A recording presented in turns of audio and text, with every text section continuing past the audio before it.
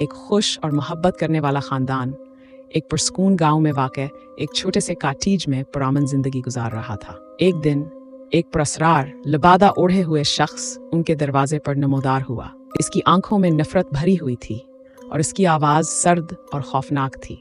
अजनबी ने एक लर्जा खेज लहजे में बात की और ऑल्डन्स पर एक खौफनाक लानत मुसल्लत कर दी। जब वो बोल रही थी, एक सियाह बादल इनके काटीज पर छा गया और अजीब व गरीब वाक़यात होने लगे। ऑल्डन्स के घर में अजीब आवाज़ें गूंजने लगें, अशिया खुद ब खुद हरकत करने लगी और कोने कोने में खौफनाक साए नजर आने लगे। खानदान खौफजदा था, लेकिन वो नहीं जानते थे कि ये अजीब वाक़यात क्यों हो रहे हैं। ऑल्डन्स को डरावने ख्वाब और दीगर खौफनाक इलामात का सामना होने लगा। उनकी सेहत तेजी से खराब होने लगी और वो मजीद तन्हा और खौफजदा हो गए। जवाब तलाश करने के लिए ऑल्डन्स ने एक करीब के गांव में रहने वाली एक अक्लमंद बूढ़ी औरत से मदद मांगी। इसने लानत की हकीकत जाहिर की और बताया कि सिर्फ एक ताकतवर जादू ही इसे तोड़ सकता है। अक्लमंद बूढ़ी औरत ने ऑल्डन्स को लानत को तोड़ने का एक इशारा दिया। एक कदीम जादू की किताब जो इनके अटारी में छुपी हुई थी। उन्होंने अटारी में तलाश की और वो किताब मिल गई, जिसके सफ़हात अजीब अलामतों और मंत्र से भरे हुए थे। अक्लमंद बूढ़ी औरत की मदद से ऑल्डन्स ने वो मंत्र सीखा जिससे लानत खत्म हो सकती थी। उन्होंने वो मंत्र पढ़ा और उनके घर में एक चमकदार रोशनी फैल गई। उनके काटीज पर छाया साया बादल छिट गया और चोड़िल की लानत खत्म हो गई। ऑल्डन्स आखिरकार चोड़िल की लानत से आजाद हो गए। उनका घर दोबारा अपनी पहली सी सुकूनत और शांति की हालत में वापस आ गया और वो खुशी खुशी हमेशा के लिए रहने लगे। मारिया एक तजस्सुस से भरी हुई नौजवान लड़की थी जो अपनी दादी के अटारी में घूमने फिरने की शौकीन थी।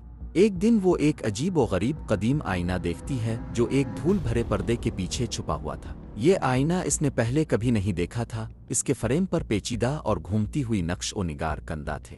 दिलचस्पी से मजबूर होकर मारिया आईने में झांकती है। हैरत की बात यह है कि इसे अपनी बिगड़ी हुई अक्कासी नजर आती है। इसका चेहरा खौफ से बिगड़ा हुआ था। वो पीछे हटने की कोशिश करती है, लेकिन अक्कासी जैसे इसे अपनी तरफ खींच रही थी। अगले चंद दिनों में मारिया आईने में देखती रही। मनाजिर मजीद बार बार और शदीद होते गए। इसने खुद को एक जलती हुई इमारत में फंसा हुआ देखा, एक देव हैकल मखलूक के पीछे भागते हुए और एक गहरे अंधेरे समंदर में डूबते हुए। इन मनाजिर ने मारिया की ज़हनी सेहत पर गहरा असर डाला। वो दिन बदन ज्यादा खौफजदा, शक्की और अलग थलग होती गई। इसका पहले वाला पुरसुकून रवैया मुसलसल परेशानी की हालत में बदल गया। मारिया के घर वाले इसकी हालत से परेशान होने लगे। उन्होंने इससे बात करने और इसे सहारा देने की कोशिश की, लेकिन मारिया ने उन्हें धुतकार दिया, ये सोचकर कि वो भी इसके खिलाफ साजिश का हिस्सा है। एक रात मारिया ने मजीद अजियत बर्दाश्त न करते हुए आईने का सामना किया और इससे मुतालबा किया कि वो इसे खौफनाक मनाजिर दिखाना बंद करे। आईना जैसे जवाब देने लगा, इसकी सतह तवानाई से झिलमिलाने लगी। आईना बोलने लगा, इसकी आवाज़ कमरे में गूंजने लगी। इसने इंकिशाफ किया कि ये एक ताकतवर शय है जो लोगों की हिम्मत और ताकत का इम्तिहान लेने के लिए बनाई गई है। ये मनाजिर हकीकी नहीं थे, बल्कि नाजिर की सबसे गहरी खौफ और अदम तहफ़्फ़ुज़ की अक्कासी थे। आईने की हकीकत जानकर मारिया को पहले खौफ महसूस हुआ, लेकिन फिर इसे एहसास हुआ कि ये मौका है अपने खौफ का सामना करने और मजबूत होने का। इसने अपने खौफ का सामना किया और आहिस्ता आहिस्ता मनाजिर गायब होने लगे। नए हौसले के साथ मारिया ने आईना तोड़ने का फैसला किया। इसने इसे टुकड़े टुकड़े कर दिया और खुद को इसकी काले अमल की बुराई से आज़ाद कर लिया। जब मारिया ने एक आम आईने में देखा तो इसे एक सेहतमंद और खुश शक्ल अक्कासी नजर आई। इसने अपने खौफ को शिकस्त दी थी और पहले से ज्यादा मजबूत हो गई थी। आईने की बुराई खत्म हो चुकी थी और मारिया खौफ के बगैर अपनी जिंदगी गुजारने के लिए आज़ाद थी। आयशा एक तजस्सुस भरी और तख्लीकी जहन रखने वाली बच्ची थी। एक दिन इसकी दादी ने इसे एक खूबसूरत और कदीम गुड़िया तोहफे में दी। इस गुड़िया का चीनी से बना चेहरा, चमकती नीली आंखें और एक लंबा खूबसूरत लिबास था। आयशा इस तोहफे से बहुत खुश हुई और फौरन ही अपनी नई गुड़िया से मोहब्बत करने लगी। जल्द ही जब आयशा को वो गुड़िया मिली तो उसके अर्द गिर्द अजीब व गरीब चीज़ें होने लगीं। चीज़ें खुद ब खुद हरकत करने लगीं, दरवाजे खुद ही खोलते और बंद होते और रात में खौफनाक आवाज़ें सुनाई देतीं। आयशा के वालिदैन हैरान और परेशान थे।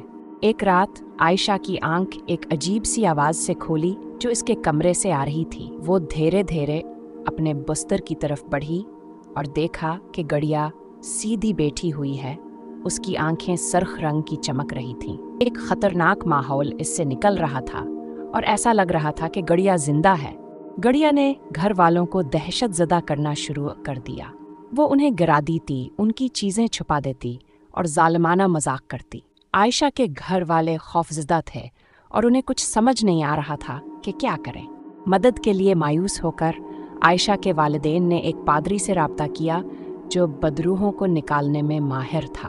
पादरी उनके घर आया और गड़िया में एक शैतानी वजूद को महसूस किया। पादरी ने बदरूह को निकालने का अमल शुरू किया, कदीम दुआएं पढ़ें और गड़िया पर मुक़द्दस पानी छिड़का। पादरी और गड़िया में मौजूद शैतानी वजूद के दरमियान शदीद जंग हुई।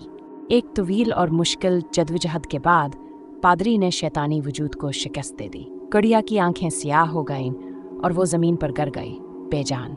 शैतानी रूह के खात्मे के बाद आयशा के घर में अमन वापस आ गया। ख़ानदान ने सुकून का सांस लिया और शुक्रगुजार थे कि ये आजमाइश ख़त्म हो गई। उन्होंने गड़िया को अपने सहन में दफन कर दिया ताकि वो बदरूह कभी वापस ना आ सके। सिंह खानदान अपने नए घर में मुंतकिल होने के लिए बेहद पुरजोश था। ये एक पुरानी खस्ता हाल हवेली थी जो शहर के एक सुनसान हिस्से में वाक़े थी। हवेली के इर्द गिर्द घने उगे हुए दरख्त थे और इस पर एक पुरस्रार सा माहौल छाया हुआ था जिसने खानदान को अपनी तरफ मुतवज्जह किया। हवेली में मुंतकिल होने के फौरन बाद सिंह खानदान को अजीब और गरीब वाक़यात का सामना होने लगा। हवेली में खौफनाक आवाज़ें गूंजने लगें, चीज़ें खुद ब खुद हरकत करने लगें और गर्म तरीन दिनों में भी कमरों में सर्द हवाएं चलती थीं। ये अजीबो गरीब वाक़यात सिंह खानदान को खौफजदा करने लगे और हर गुजरते दिन के साथ उनकी बेचैनी बढ़ती गई। इन्हें सोने में दुश्वारी होने लगी क्योंकि इन्हें अपने ख्वाबों में भूतों की झलकियां दिखाई देने लगी। एक दिन जब वो हवेली की तलाशी ले रहे थे, सिंह खानदान ने अटारी में एक छुपा हुआ कमरा दरियाफ्त किया। कमरा गर्द और मकरोहे के जालों से भरा हुआ था और हुआ में एक खौफनाक मौजूदगी महसूस हो रही थी। जब इन्होंने इस छपे हुए कमरे का मुआयना किया तो सिंह खानदान को एक नौजवान लड़की का भूत मिला। इसने अपनी अलमनाक कहानी बयान की जिसमें बताया कि उसे कई साल पहले इस हवेली में कत्ल किया गया था। भूत इन लोगों से इंतकाम लेना चाहता था जिन्होंने इसके साथ जुल्म किया था, लेकिन सिंह खानदान को वो मासूम जानते हुए उनको सताने लगा ताकि वो हवेली छोड़ दें। खौफजदा और मायूस सिंह खानदान जानता था कि इन्हें इस भूत भरी हवेली को छोड़ना होगा। इन्होंने जल्द अज जल्द अपना सामान एक जगह करा और मुंतकिल होने की मंसूबाबंदी की। निकलने से पहले सिंह खानदान ने भूत का सामना करने का फैसला किया। वो छुपे हुए कमरे में गए और इससे इल्तिजा की कि उन्हें छोड़ दे। और देखा जाए तो ये बात वही हुई, ये लकड़ी क्यों पड़ी हो जमीन पर, बाकी अब खुद समझो। सिंह खानदान की हैरत की बात ये थी कि भूत उनकी हमदर्दी से मुतासिर हो गया। इसे एहसास हो गया कि इसकी दहशत ने इन्हें शदीद तकलीफ पहुंचाई है और उसने आगे बढ़ने का फैसला किया। सिंह खानदान ने हवेली छोड़ दी। वो खुश और शुक्रगुजार थे कि वो इस खौफ से आज़ाद हो चुके हैं। उन्होंने एक नया घर खरीदा और अपनी जिंदगी सुकून से गुजारने लगे। एक छोटे से साहली कस्बे में इस वक्त खलबली मच गई जब उफुक पर एक पुरस्रार जहाज नमूदार हुआ। वो जहाज कदीम था, इसके बाद बांध फटे हुए थे और इसका जिस्म समंदरी घंगों से थका हुआ था। ये आहिस्ता आहिस्ता बंदरगाह की तरफ बह रहा था। इसके मिस्तोल खौफनाक तरीके से चरचरा रहे थे। रिहायशी टीमों ने जहाज पर सवार होकर जिंदा बच जाने वालों की तलाश शुरू की, लेकिन जहाज पर एक अजीब सा सन्नाटा छाया हुआ था और कोई जिंदगी के आसार नहीं थे। अमले की मौजूदगी का वाहिद सबूत चंद कपड़ों के जूड़े थे जो डेक पर बिखरे हुए थे। जब रिहायशी टीम जहाज का मुआयना करने लगी तो उन्हें एक खौफनाक दरियाफ्त हुई। जहाज के निचले हिस्से में उन्हें अमले के अरकान मिले, मगर वो जिंदा नहीं थे। उनकी आंखों में एक गैर फितरी रोशनी चमक रही थी और उनकी जल्द सफ़ेद और नम थी। वो मुर्दा अमला के अरकान उठ खड़े हुए और रिहायशी टीम पर हमला कर दिया। उनकी हरकत झटकेदार और गैर फितरी थीं और उनकी ताकत बहुत ज़्यादा थी। रिहायशी टीम ने अपनी जान बचाने के लिए लड़ाई की, मगर वो उन गैर मरी कुव्वतों के सामने बेबस थे। वो मुर्दे अमला के अरकान जहाज से निकलकर कस्बे में दहशत फैलाने लगे। वो जो भी उनके रास्ते में आया इस पर हमला किया और उनकी चीखें गलियों में गूंजने लगी। कस्बे के लोगों ने मुत्तहिद होकर उनसे लड़ने की कोशिश की। जो भी हथियार हाथ आया इसे लेकर मैदान में उतरे। उन्होंने बहादुरी से मुकाबला किया, मगर वो मोर्दे कुव्वतें बेरहम थीं। जब हर तरफ से उम्मीदें खत्म होती नजर आई तो एक पुरस्रार शख्सियत जाहिर हुई। वो एक ताकतवर कदीम हथियार के साथ आई थी जो उन मुर्दा कुव्वतों को तबाह कर सकता था। इस पुरस्कार शख्सियत ने उन गैर मरी कुव्वतों का सामना किया और एक एक करके उन्हें तबाह कर दिया।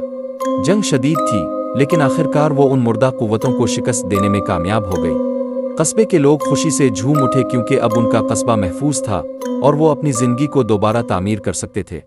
वो पुरस्कार शख्सियत एक ताकतवर जादूगर निकला जो सदियों पुराने कदीम शैतानी खतरात से कस्बे की हिफाजत कर रहा था।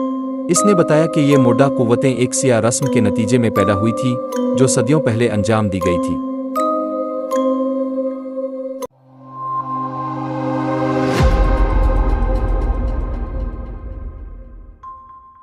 विलो क्रीक नाम का शांत गांव तब परेशान हो गया जब वहां के लोगों में एक अजीब बीमारी फैलने लगी। पहले उन्हें कमजोरी और बुखार हुआ, फिर उनमें एक खून पीने वाली भूख पैदा हो गई जिससे वे बिना सोचे समझे गुस्सैल प्राणियों में बदल गए। परिवर्तन बहुत तेज और डरावना था।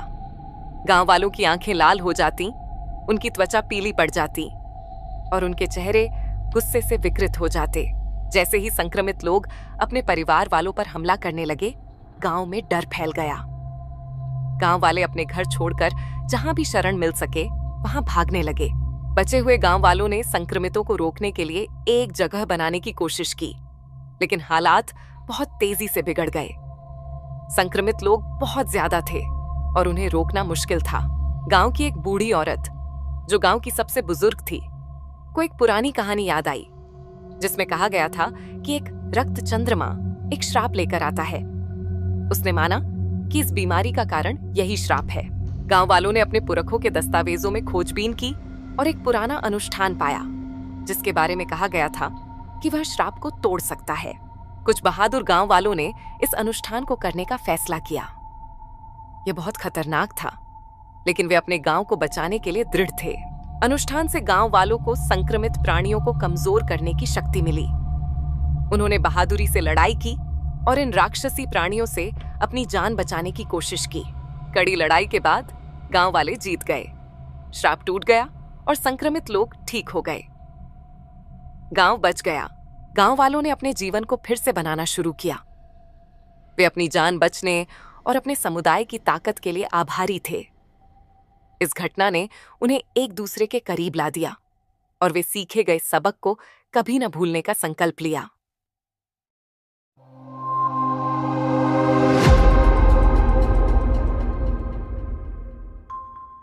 आयशा अपने नए घर में शिफ्ट होने के लिए उत्साहित थी, जो एक पुराना विक्टोरियन शैली का घर था और उसमें एक रहस्यमयी माहौल था।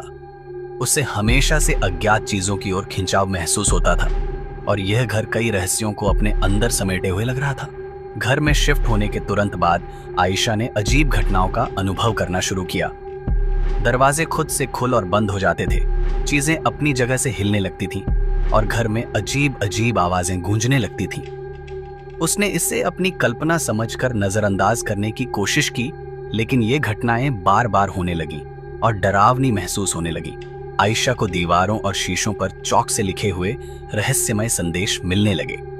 इन संदेशों में उसे आने वाले खतरे के बारे में चेतावनी दी गई थी और लिखावट उसे अजीब तरह से जानी पहचानी लग रही थी। आयशा ने अपने घर के कोनों में एक धुंधली आकृति देखनी शुरू की। वह उसे अपनी आंखों के किनारे से देखती, लेकिन जब वह उसे सीधा देखने की कोशिश करती तो वह गायब हो जाती। आयशा का डर और चिंता बढ़ती गई क्योंकि वह धुंधली आकृति अब और ज्यादा दिखने लगी और डरावनी लगने लगी। वह न तो सो पा रही थी, न ठीक से खा रही थी और न ही किसी चीज पर ध्यान दे पा रही थी। उसका डर उसे पूरी तरह से घेर रहा था। आयशा की सबसे अच्छी दोस्त सिमरन उसकी चिंता कर रही थी। उसने आयशा की मदद करने की कोशिश की, लेकिन आयशा ने उसे दूर कर दिया, यह मानते हुए कि सिमरन भी उसके खिलाफ साजिश का हिस्सा है। एक रात आयशा अब और तकलीफ सहन नहीं कर पाई।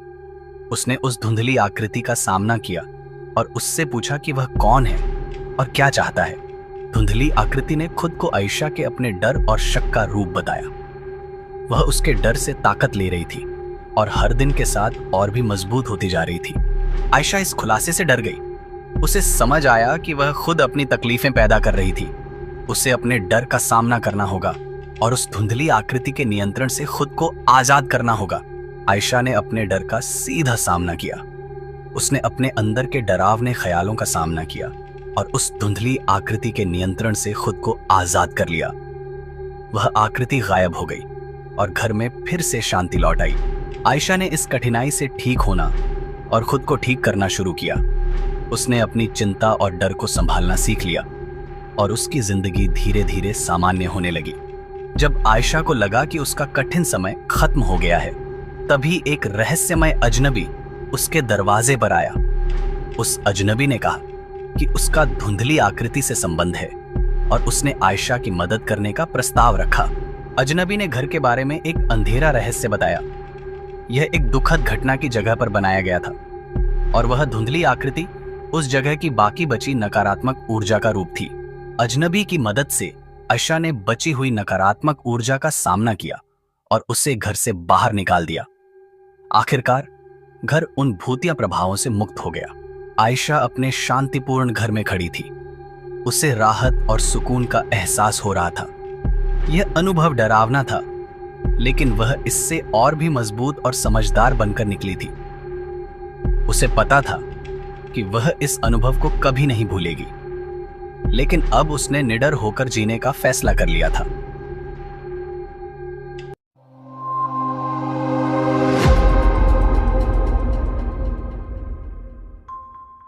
कृति एक जुनूनी पुस्तकालय अध्यक्ष थी, जिसे लाइब्रेरी के संग्रह में रखी प्राचीन और भूली बिसरी किताबें खोजना बहुत पसंद था। एक दिन जब वह धूल भरी ऊपरी शेल्फों में घूम रही थी, तो उसे एक अजीब सी चमड़े की जिल्द वाली किताब मिली।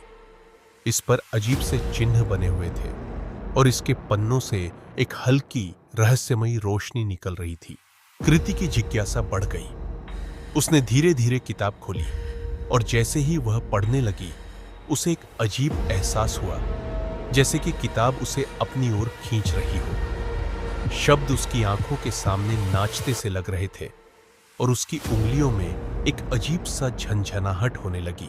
जैसे जैसे कृति किताब में गहराई से पढ़ती गई, उसे भयानक दृश्य दिखने लगे।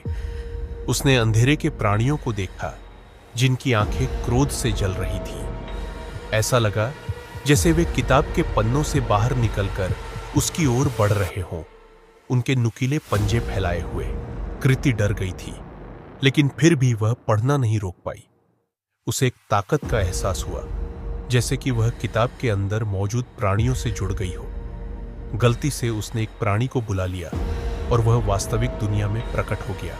वह प्राणी भयानक था। वह एक डरावना, काला, धुंधला सा जीव था, जिसकी लाल आंखें चमक रही थी।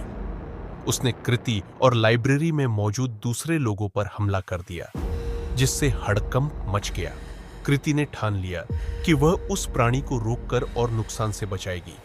उसे पता था कि इस बुराई का स्रोत वही किताब थी और उसे इसे बंद करने का तरीका ढूंढना होगा।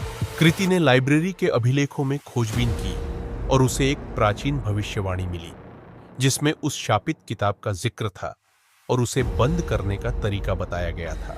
भविष्यवाणी ने कृति को पहाड़ों के बीच छिपे एक मंदिर तक पहुंचाया। उसे पता था कि यह सफर खतरनाक होगा, लेकिन उसने दुनिया को बचाने की ठान ली थी। मंदिर की रक्षा खतरनाक प्राणी कर रहे थे, जो किसी भी कीमत पर उस गुप्त बंदीकरण विधि की रक्षा करना चाहते थे। कृति को उनके साथ लड़ते हुए मंदिर के अंदर तक पहुंचने का रास्ता बनाना पड़ा। आखिरकार कृति मंदिर के अंदरूनी हिस्से में पहुंची। उसने प्राचीन बंदीकरण विधि का अनुष्ठान किया और उसके हाथों से रोशनी निकलने लगी। उसने किताब को बंद कर दिया और उसके अंदर की बुराई को पन्नों में ही कैद कर दिया। लाइब्रेरी में फिर से शांति लौट आई और कृति को नायिका के रूप में सम्मानित किया गया। उसने बुराई को रोककर सबको बचा लिया था।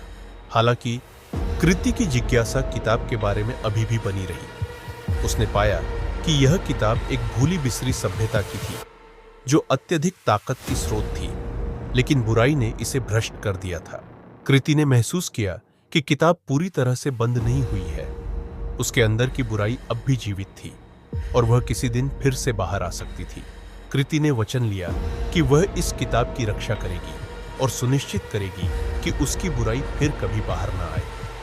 उसे पता था कि यह एक जीवन भर की जिम्मेदारी होगी, लेकिन वह अपने वादे को निभाने के लिए दृढ़ थी। कृति किताब की रक्षक बन गई। वह हमेशा उसकी निगरानी करती, दुनिया को उसके अंदर छिपी बुराई से सुरक्षित रखने के लिए चौकस रहती। सैम एक शांत और सपने देखने वाला लड़का था। एक रात जब वह सो रहा था, उसके सपने अचानक डरावने हो गए। उसने खुद को एक अजीब और अनजान दुनिया में पाया जो अंधेरे और डरावनी आवाजों से भरी हुई थी। जब सैम इस अजीब दुनिया में इधर उधर घूमने लगा तो उसे छायाओं में छिपे डरावने जीव दिखे। उनके शरीर भयानक रूप के थे और उनकी आंखें लाल रंग की चमक रही थीं। ऐसा लग रहा था जैसे वे उसे नुकसान पहुंचाना चाहते हों। सैम को एहसास हुआ कि वह एक बुरे सपने की दुनिया में फंसा हुआ है और जाग नहीं पा रहा है। वे डरावने जीव लगातार उसका पीछा कर रहे थे और उसे निराशा महसूस होने लगी। ठीक जब सैम को लगा कि सारी उम्मीद खत्म हो गई है, वह एक रहस्यमयी व्यक्ति से मिला जिसने कहा कि वह उसे बाहर निकलने में मदद कर सकता है। वह व्यक्ति अंधेरे में ढका हुआ था, लेकिन उसकी आवाज शांत और भरोसा दिलाने वाली थी। रहस्यमयी व्यक्ति ने सैम को समझाया कि उसे इस बुरे सपने की दुनिया से बाहर निकलने के लिए कई परीक्षाओं से गुजरना होगा। ये परीक्षाएं उसकी हिम्मत, ताकत और समझदारी को परखने के लिए बनाई गई थीं। आखिरी परीक्षा सबसे मुश्किल थी। सैम को अपने सबसे बड़े डर का सामना करना पड़ा, एक ऐसा जीव जो उसके सबसे काले विचारों और असुरक्षाओं का प्रतीक था। सैम ने अपने डर का सामना किया और उस जीव को हरा दिया। उसने साबित कर दिया कि वह बाहर निकलने के लायक है। रहस्यमयी व्यक्ति ने सैम को एक पोर्टल के माध्यम से असली दुनिया में वापस ले जाया। जब सैम ने पोर्टल से कदम रखा तो उसे एक राहत की लहर महसूस हुई। सैम अपने बिस्तर पर जागा, सुरक्षित और स्वस्थ। उसे यह समझ नहीं आया कि वह बुरा सपना सच था या बस एक जिंदा सपना था। सैम ने अपने अनुभव पर विचार किया। उसे समझ में आया कि वह बुरा सपना एक परीक्षा थी जो उसे अपने डर और असुरक्षाओं का सामना करने का एक तरीका था। वह पहले से ज्यादा मजबूत और सहनशील बनकर निकला। सैम एक जिज्ञासु लड़का था जिसे अपने घर के पास के सुनसान स्थानों की खोज करना बहुत पसंद था। एक दिन वह एक भूले बिसरे कब्रिस्तान में गया जहां की कब्रों पर काई और लताएं चढ़ी हुई थीं। जैसे जैसे वह कब्रिस्तान के अंदर गहराई में जाता गया, उसे असहजता का एहसास होने लगा। जब सैम कब्रिस्तान की खोज कर रहा था तो वह एक छुपे हुए मकबरे पर पहुंचा जिसकी एंट्रादा झाड़ी में छिपी हुई थी। एक अजीब आकर्षण उसे मकबरे की ओर खींच रहा था और उसने झाड़ियों को हटाकर एंट्रादा को उजागर किया। मकबरे के अंदर सैम ने एक रहस्यमय चमकती हुई वस्तु पाई। जैसे ही उसने उस वस्तु को छुआ, हवा में खतरे का एहसास हुआ और उसे एक शक्ति का अनुभव हुआ जो उसके शरीर में दौड़ने लगी। वस्तु को छूने के बाद सैम की जिंदगी में अजीब चीजें होने लगीं। सामान अपने आप हिलने लगे, डरावनी आवाजें उसके घर में गूंजने लगीं और उसे हमेशा एक असहजता का एहसास होता रहा। सैम को डरावने सपने आने लगे जिनमें अंधेरे जीव और खतरनाक चेतावनियां थीं। वह पसीने में तरबतर होकर जागता और उसके दिल की धड़कन तेज होती थी। सैम के परिवार ने उसके अजीब व्यवहार को नोटिस किया और वे और भी चिंतित हो गए। वह चुप रहने लगा, घबराया हुआ था और ऐसा लगता था कि वह कुछ छिपा रहा है। सैम ने उस वस्तु के बारे में शोध करना शुरू किया और एक प्राचीन भविष्यवाणी का पता लगाया जो इसके खतरों के बारे में चेतावनी देती थी। भविष्यवाणी में बताया गया था कि अगर उस वस्तु के साथ छेड़छाड़ की गई तो एक श्राप मुक्त हो जाएगा। सैम के डरावने सपनों के जीव असली दुनिया में दिखाई देने लगे और उन्होंने सैम और उसके परिवार पर हमला करना शुरू कर दिया। सैम ने समझ लिया कि उसे श्राप को रोकना होगा, वरना बहुत देर हो जाएगी। सैम ने सभी ताकत लगाकर जीवों से लड़ाई की और उन पर काबू पाने के लिए वस्तु की शक्ति का इस्तेमाल किया। लड़ाई बहुत भयंकर थी, लेकिन सैम जीत गया। श्राप टूट गया और सैम की जिंदगी में शांति लौट आई। उसने अनजान चीजों में दखल देने के खतरों और अतीत का सम्मान करने के महत्व के बारे में एक महत्वपूर्ण सबक सीखा।